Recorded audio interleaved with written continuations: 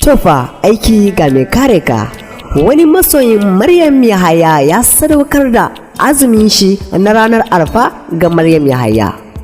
To wannan hukunci zan ce an bar wa malamai, mu dai ba ma ce komai ba, sai dai muna nan muna masu jiran menene zai iya biyo baya ga wannan abu da ya aikata.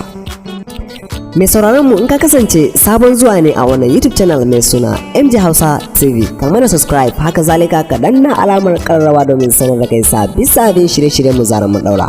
Kada ka manta ka mana like, ka mana comment domin karfafa gwiwar mu a koda yaushe, sannan ka mana share domin haɓaka wannan YouTube channel mai suna MJ Hausa TV. Kada ku manta fa, taku ce.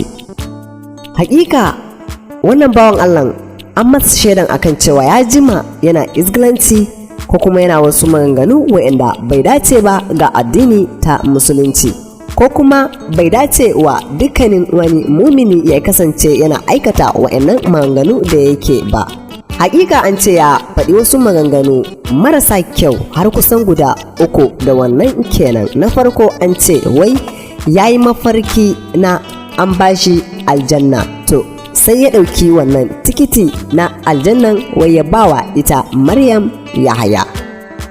Hakika wannan maganar tasa yana nufin dukkanin fa wai wani ni'ima da Ubangiji ya bashi, to ya fi fa son wannan Maryam Yahaya akan wannan ni'imar da Ubangiji ya bashi.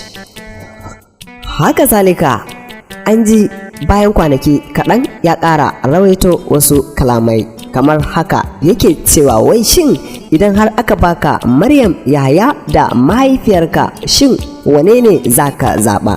Sai yake cewa ya sani mutane da dama za su ki Maryam Yahaya su ɗauki mahaifiyarsu, har wai yana kawo wasu hujjojinsa na banza da ofi, wai yake cewa ta ya za ka bar Maryam Yahaya ka ɗauki mahaifiyarka? Wa iyazu billah, mu dai ba ma ce komai ba.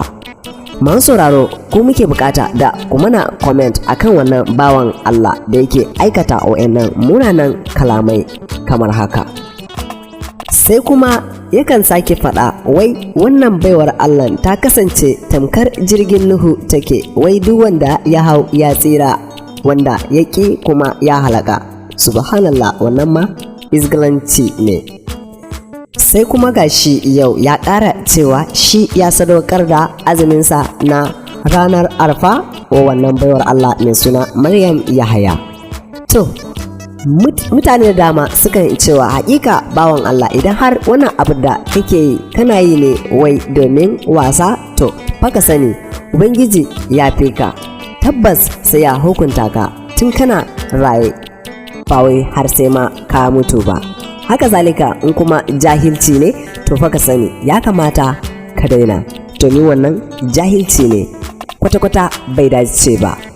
Mai sauraron mu, idan har ka kasance tare da mu, ka mana comment, muna nan muna jiran ka. Haka zalika kai shiya domin haɓakar wannan YouTube channel mai suna MJ Hausa TV, domin taku ce.